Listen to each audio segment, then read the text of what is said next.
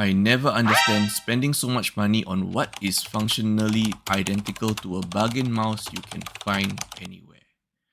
Good question. The G Pro is identical to a basic mouse, basic shape, 2 buttons, 1 scroll wheel, which is why my first premium mouse was actually the Razer Naga. The Razer Naga had 12 buttons on the side. This was during my MMO phase, and it was also another $200 mouse for me. You notice a recurring theme for me with $200 mouse or mice, as some of you have commented. Basically, I figured the Razer Naga was worth the $200 premium price because I was average costing it based on per button cost. 12 buttons on the side, 2 left and right click buttons, which is basically $200 divided by 14. I'm paying an average cost of per button. Wow. Which is why. But similarly, my Razer Naga, I went through 3 of them. From the original wired one, to the Pro, to the wireless, they all had issues. I always have issues with Razer mouse. It's either the left click or the right click, rarely the scroll wheel.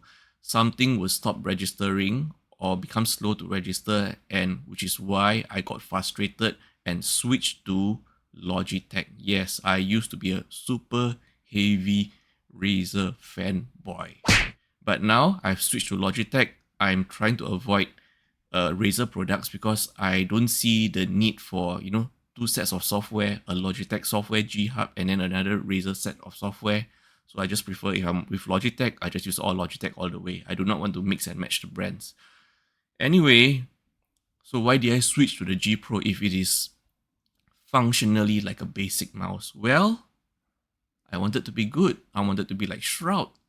Shroud was using the G Pro. I watched a few of his gameplays and he said the G Pro was really light, super good at flick shots.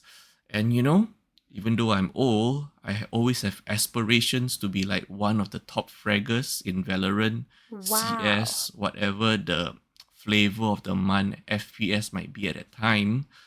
So I told myself, let's give it a try and put in some hours really grinding, and maybe, just maybe, I could be a professional streamer streaming FPS games.